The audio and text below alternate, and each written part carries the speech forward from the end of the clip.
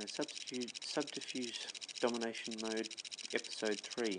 So while I'm rewinding, in the first two episodes, I had firstly, with the help of aceshogun, defeated Douglas in the west, and then with the cooperation of Pondy and the indirect assistant of Giz for Gamer, Wildslayer has been defeated in the east. Ace, meanwhile, is doing something off to the south that I can't really see.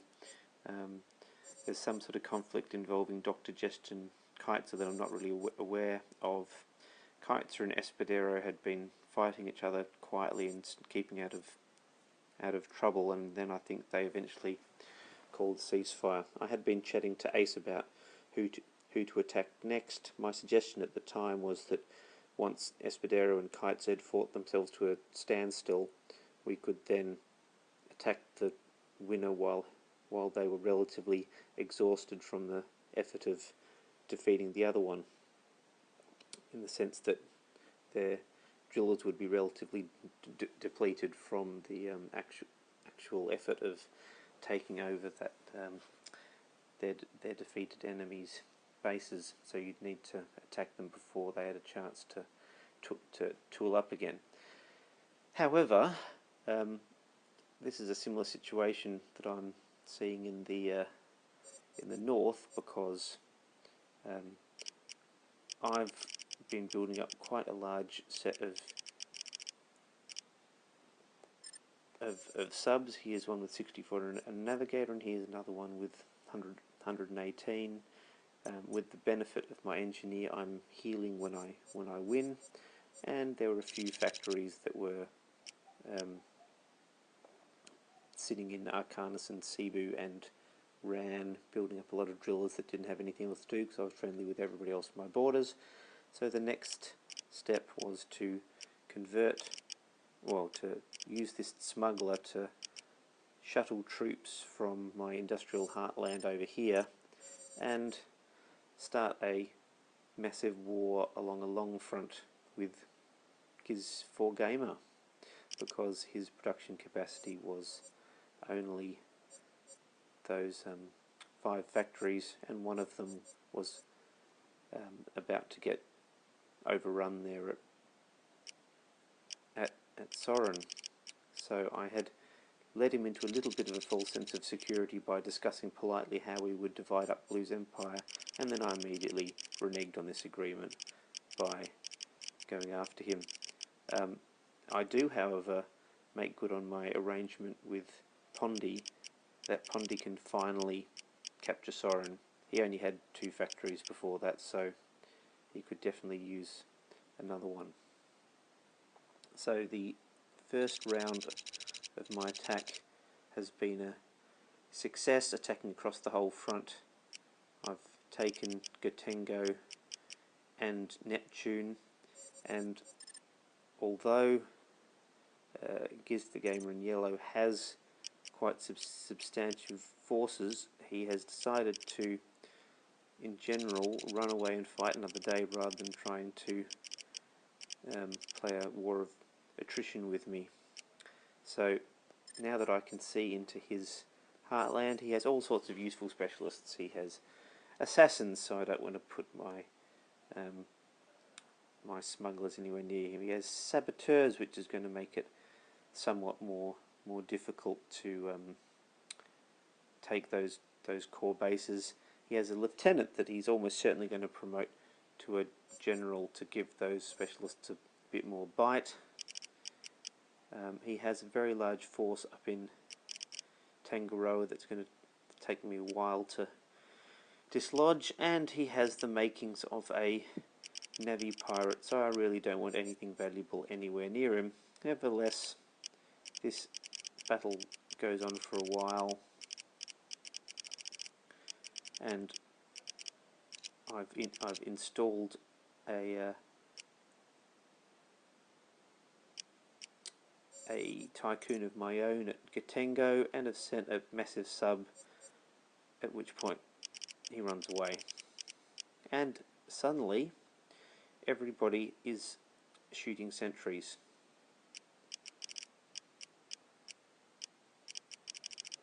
I've still worked out though that with this particular combination of attacks from all angles, I'll be able to take Yamato. He then decides that it's not possible to defend it and runs away. So now we have Gizfagamer reduced. I need to go back a bit here. We have him reduced to a hell of a lot of specialists and one angry navvy pirate who I sort of tempted with my tycoon here, but he didn't take the bait. If he'd taken the bait, then the navvy pirate would have been captured, and I had a potential hypnotist to take it over. But at this point, Ace has a sentry that is large enough to shoot over the entire board, and given that I'm going to have to move ships in ridiculously large numbers to even think about finishing off Gizfagamer, this has become a problem. Which brings me to my third general topic, which is the different ways that you can die in subterfuge. There's the general rage quit of just popping out of existence, which leaves your factories still churning out drillers, but otherwise you're generally neutral. There's the exploding rage quit in a king-making kind of way, which gives all of your stuff to people that you like slightly more than somebody else. This is not necessarily king-making, because if anything it'll just make the person that you gave the stuff to a obvious target. The third thing that you can do is not die at all. Put all of your drillers and specialists in a spot that is therefore extremely unattractive to all of your enemies to waste their forces on, but still gives you the ability to potentially take back territory, so therefore your neighbours have to maintain garrisons nearby, and potentially you can go up the rankings if other people are eliminated, or you can eliminate stuff yourself if you have annoying things like navvy pirates flying around. Anyway, he's decided to go for survival. Meanwhile, mainly Espadero, as I recall, was suggesting that Ace was getting very powerful and has a ridiculously large number of princesses and sentries, and perhaps something ought to be, if there was a time to do something about him, now would be the time. Now, I really didn't have any intention of breaking down my alliance with Ace. However, if he was going to be serious about unleashing ridiculous sentries on the board, then that would make the task of actually fighting other players extremely difficult. So I've sent a message to pretty much every other player saying, well, this would be the time to attack Ace, but only if absolutely everybody agreed. It turned out that Espadero managed to get the agreement of absolutely everybody else. So it looked like it was on. I messaged Ace to say that there was a geopolitical shift, which really there had been.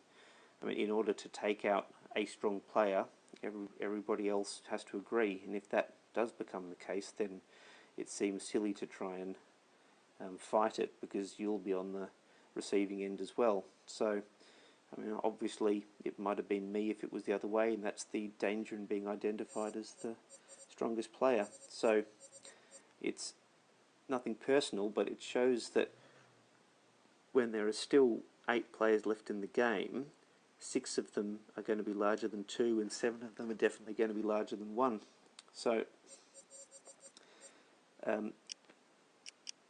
part of the conditions of this was that I kiss and make up with Giz, so I agree that he can have all of his 2 or 3 factories back, and all of my troops in that area turned to gifts. So now he has about 500 drillers and factories that can't produce anything, because he's massively past his driller cap.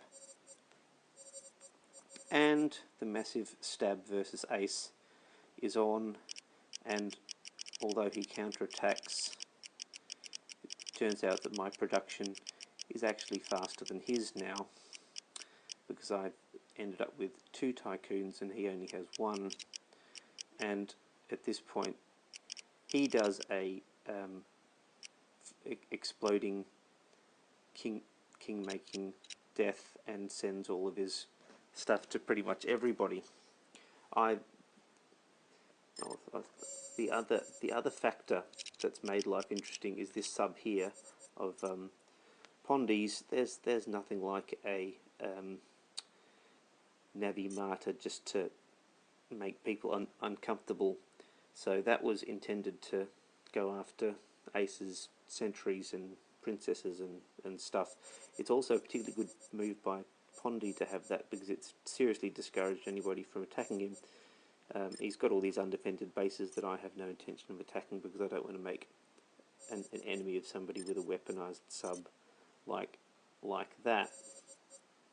So very quickly, Ace has been chopped up, and all of his